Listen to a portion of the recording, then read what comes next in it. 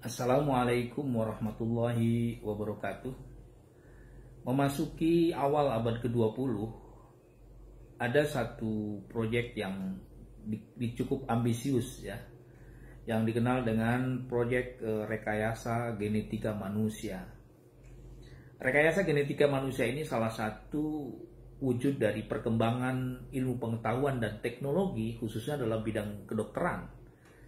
Yaitu sebuah proyek yang manusia ingin menciptakan sebuah generasi baru sesuai dengan gen yang dia tentukan. Ya, kira-kira begitulah gambarannya. Ini sudah masuk ke wilayah-wilayah yang sesungguhnya ini bagian dari wilayah Tuhan.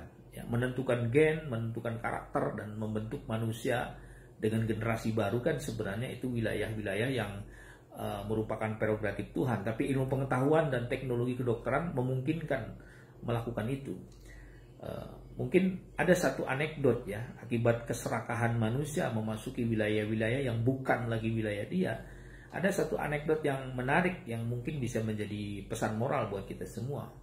Socrates itu adalah seorang filosof Yunani ya, yang memiliki kemampuan IQ yang sangat cerdas. Jadi Socrates itu seorang filosof Yunani cerdas, kemudian dia punya kelemahan, wajahnya buruk sekali. Tapi dia punya seorang istri ya bernama Xanthip. Xanthip ini wanita yang sangat menawan dan cantik, tapi dia punya kelemahan, IQ-nya rendah. IQ-nya atau bahasa yang mungkin kita sederhanakan bodoh sekali gitu. Terjadi pernikahan antara Socrates yang cerdas tapi wajahnya buruk dengan seorang perempuan yang sangat cantik namanya Xanthip, tetapi dia punya kualitas intelektual yang sangat rendah. Maka ada satu anekdot ya untuk menggambarkan bagaimana keserakahan manusia ingin melahirkan sebuah generasi baru di mana percampuran gen antara Socrates yang positifnya yaitu yang cerdasnya akan turun kepada anaknya generasi baru dengan gen cantik dan menawan dari ibunya, dari istrinya Socrates. Alih-alih apa yang terjadi? Ya justru bukan diharapkan lahir dari generasi gen yang kualitasnya bagus dari Socrates dan kualitas bagus dari istrinya, malah lahir satu generasi baru dan kekeliruan gen gitu. Kira-kira dalam anekdot itu seperti itu. Turun dari Socrates itu kejelekan wajahnya, dan turun dari istrinya yang bernama Xanthip itu kebodohan IQ-nya. Maka lahir satu generasi yang sudah sangat bodoh tapi sangat jelek wajahnya. Prediksi ini kan di luar perkiraan keinginan manusia yang ingin melahirkan generasi yang berkualitas ya. Anekdot ini menggambarkan bahwa manusia sudah masuk wilayah-wilayah yang sebenarnya bukan wilayah manusia tapi wilayah Tuhan ya. Bagaimana sebenarnya dalam perspektif Islam misalnya? Kalau kita melihat dalam surat At-Tin ya, ayat berapa itu? Ayat surat At-Tin, laqad khalaqnal insana fi ahsani taqwim. Sungguh aku telah menciptakan, ya, kami telah menciptakan manusia dalam bentuk yang terbaik. Jadi artinya apa? Allah itu sudah membuat sebuah bentuk performan manusia itu sebagai bentuk yang terbaik.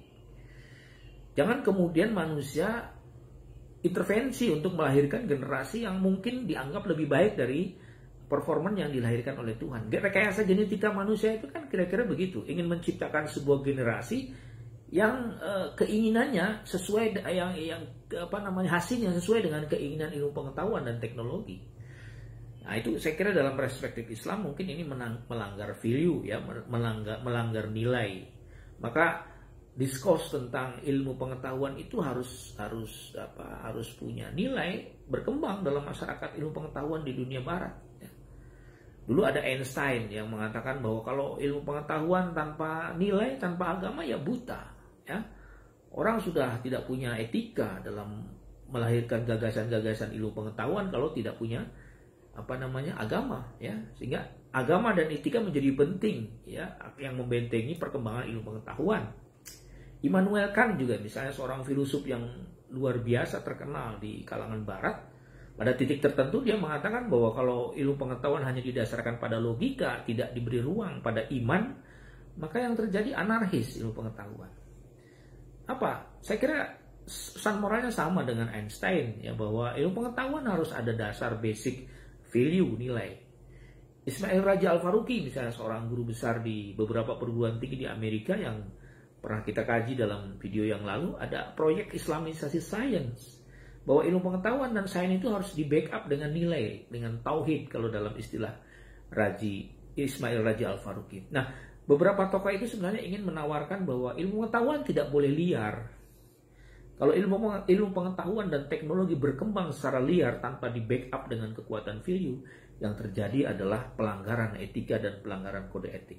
Nah, saudara-saudara sekalian, rekayasa genetika manusia itu menjadi sangat kontroversial ya.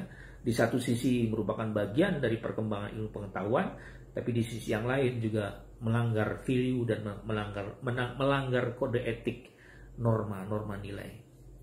Terima kasih, mudah-mudahan bermanfaat. Assalamualaikum warahmatullahi wabarakatuh.